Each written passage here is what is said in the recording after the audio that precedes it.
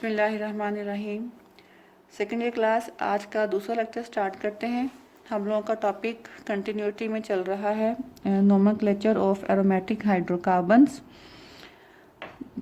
दो तीन रूल्स हम डिस्कस कर चुके थे इसके पहले। आज हमें देखना है rule number 5, that if the two substituents are different and they are not present in the priority order. जैसा कि हमने पिछले लेक्चर में देखा था कि कुछ ग्रुप्स को एक ख़ास ऑर्डर में अरेंज किया गया है, उसी ऑर्डर के लिहाज से हम उनकी नंबरिंग करते हैं जब वो बेंजीन के साथ अटैच हों। लेकिन अगर बेंजीन रिंग के साथ कुछ ऐसे ग्रुप्स अटैच हैं जो कि इस ऑर्डर में शामिल नहीं हैं, तो फिर आपने उनकी नंबरिंग कैसे करनी है। Then they are named alphabetically, फिर हम उन ग्रुप्स को अल्फ़ाबेटिकली नाम देंगे। और ख़ास बात याद रखने वाली ये है that the group which is named at the last it will get the position number 1, यानी कि अल्फ़ाबेटिकल ऑर्डर के लिहाज से जिस ग्रुप का नाम सबसे आखिर में आएगा उसको हम पोजीशन नंबर 1 देंगे।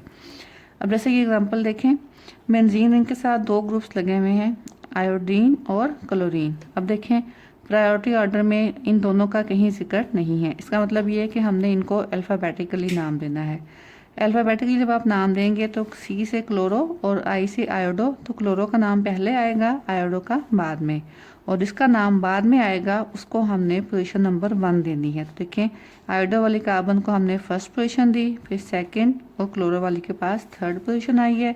तो कंपाउंड का नाम क्या बनेगा, 3 क्लोरो, क्योंकि पहले क्लोरो का नाम आना है तो क्लोरो की ही पोजीशन पहले आएगी। 3 क्लोरो आयोडो बेंजीन। अब यहाँ से अंडरस्टूड है कि आयोडो जो है वो फर्स्ट पोजीशन पे होगी, इसलिए उसकी पोजीशन मेंशन करने की ज़रूरत नहीं है। तो 3 क्लोरो आयोडो बेंजीन इसका नाम होगा। ऐसे ही ये कंपाउंड है, इसमें बेंजीन रिंग के साथ दो ग्रुप्स अटैच हैं, नाइट्रो NO2 मीन नाइट्रो और Br ब्रोमो। अब देखें हमारे प्रायोरिटी ऑर्डर में नाइट्रो और ब्रोमो का भी कहीं कोई जिक्र नहीं है। इसका मतलब ये है कि हमने इन दोनों को अल्फ़ाबेटिकली नाम देना है। अल्फ़ाबेटिकली ब्रोमो का नाम पहले आएगा, नाइट्रो का बाद में। जिसका नाम बाद में आएगा उस कार्बन को आपने पोजीशन नंबर 1 देनी है। तो ये फर्स्ट कार्बन, ये सेकंड कार्बन, तो ये 3 4 5 6 ऑन। तो नाम क्या बनेगा, 2 पे ब्रोमो अटैच है, 2 ब्रोमो नाइट्रो बेंजीन। जो नंबर 1 पे है उसकी पोजीशन मेंशन करने की ज़रूरत नहीं है, वो अंडरस्टूड है कि जिसका नाम एंड में आ रहा है वो कार्बन नंबर 1 पे है। तो ये कंपाउंड क्या बन जाएगा, 2 ब्रोमो नाइट्रो बेंजीन।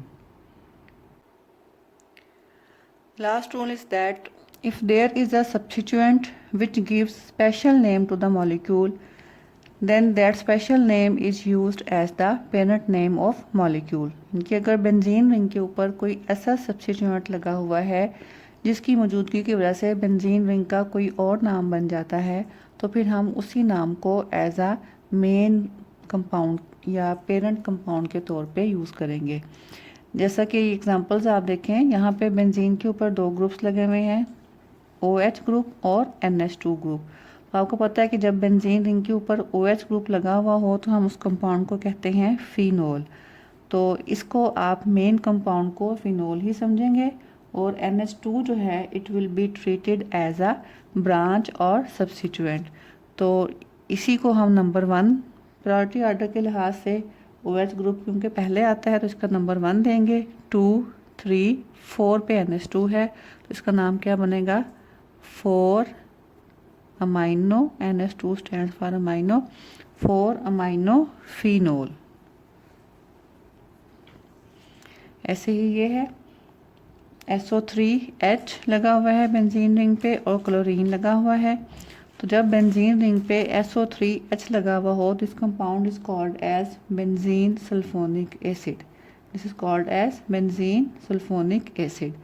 तो इस कंपाउंड, इस ग्रुप को हम नंबर 1 देंगे। 2 3 4, ये बन जाएगा आपके पास 4 क्लोरो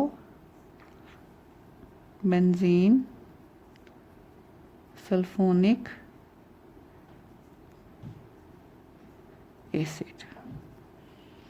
ये देखें बेंजीन पे मिथाइल और आयोडो लगा हुआ है। जब बेंजीन पे मिथाइल लगा हुआ हो तो उस कंपाउंड को हम बोलते हैं टॉल्वीन। तो ये नंबर 1 लगेगा, ये नंबर 2, ये बन जाएगा 2 आयोडो टॉल्वीन। इस तरह से जब किसी सब्स्टिट्यूएंट की मौजूदगी बेंजीन को एक स्पेशल नाम दे तो आपने उसी स्पेशल नाम को as a parent compound deal करना है और बाकी तमाम सब्स्टिट्यूएंट जो हैं वो ब्रांचेस कंसीडर होंगे। तो ये सारे रूल्स हमने डिस्कस कर लिए नोमेनक्लेचर के। इसके बाद हमारा टॉपिक है स्ट्रक्चर ऑफ बेंजीन के बारे में। स्ट्रक्चर ऑफ बेंजीन में इंटरेस्टिंग चीज़ ये है कि अगरचे बेंजीन जो है ये बहुत पहले डिस्कवर हो गई थी, इसकी प्रॉपर्टीज़, इसके डिफरेंट रिएक्शंस भी स्टडी किए जा चुके थे, लेकिन बेंजीन की डिस्कवरी के तकरीबन 40 साल बाद तक भी साइंटिस्ट जो हैं वो इसका स्ट्रक्चर डिसाइड नहीं कर पाए थे। उसकी वजह ये थी कि उस वक्त तक स्ट्रक्चरल थ्योरीज जो हैं वो इतनी ज़्यादा डेवलप नहीं थी। स्ट्रक्चरल थ्योरीज़ को हम यहाँ खैर डिटेल्स डिस्कस नहीं करेंगे, लेकिन हम ये देखेंगे कि बेंजीन का स्ट्रक्चर डिसाइड करने के लिए कौन कौन सी पॉसिबिलिटीज़ जो हैं उनको डिस्क्राइब किया गया, उनको सर्च आउट किया गया और फिर किस तरह से हम बेंजीन के मौजूदा स्ट्रक्चर तक पहुँचते हैं। तो बेंजीन का आपको पता है कि मोलेकुलर फार्मूला जो है वो C6H6 है। मॉलिक्यूलर फार्मूला डिटरमिन करने के लिए पहले हमें किसी कंपाउंड का एम्पिरिकल फार्मूला पता होना चाहिए।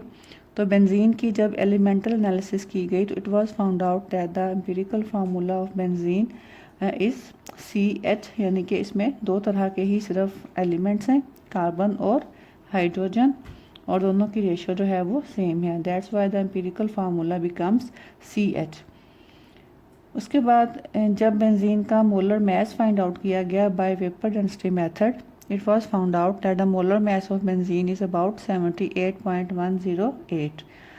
तो एम्पिरिकल फार्मूला मास और मोलर मास को जब हम कंपेयर करते हैं तो आपको पता है that molecular formula mass is equal to empirical formula mass multiplied by n। तो वो n जो था इट इज़ सम नंबर, वो आता है इक्वल टू 6। इसका मतलब ये है कि बेंजीन का मॉलिक्यूलर फार्मूला जो है वो उसके एम्पिरिकल फार्मूले का 6 टाइम्स मल्टीपल है, यानी कि एम्पिरिकल फार्मूला बेंजीन का CH था तो मोलेकुलर फार्मूला क्या बनेगा CH मल्टीप्लाइड बाय 6 यानी C6H6।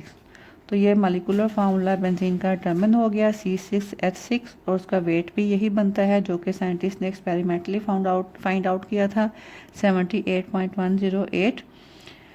अब ये जो मॉलिक्यूलर फार्मूला है C6H6 ये इंडिकेट करता है कि बेंजीन में बहुत ज़्यादा अनसैचुरेशन है। Unsaturation mean presence of carbon carbon double bond और कार्बन कार्बन ट्रिपल बॉन्ड, क्योंकि नंबर ऑफ़ हाइड्रोजन जो हैं वो जितने कार्बन हैं आपके पास उतने ही हाइड्रोजन हैं। तो इसका मतलब ये है कि बेंजीन मॉलिक्यूल जो है इसमें काफ़ी ज़्यादा अनसैचुरेशन पाई जाती है। तो इस अनसैचुरेशन की बेस पे डिफरेंट स्ट्रक्चर जो हैं वो बेंजीन के लिए प्रपोज किए गए। कुछ स्ट्रक्चर जो हैं वो ओपन चेन थे और कुछ स्ट्रक्चर जो हैं वो साइक्लिक थे, यानी कि रिंग फॉर्म में थे।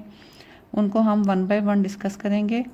तो कल इंशाल्लाह हम नेक्स्ट लेक्चर में डिस्कस करेंगे straight chain structures of benzene कि वो कौन कौन से स्ट्रक्चर जो हैं वो सजेस्ट किए गए, प्रपोज किए गए और फिर किन बेसिस पे हमने उनको साइंटिस्ट ने जो है उनको रिजेक्ट भी किया।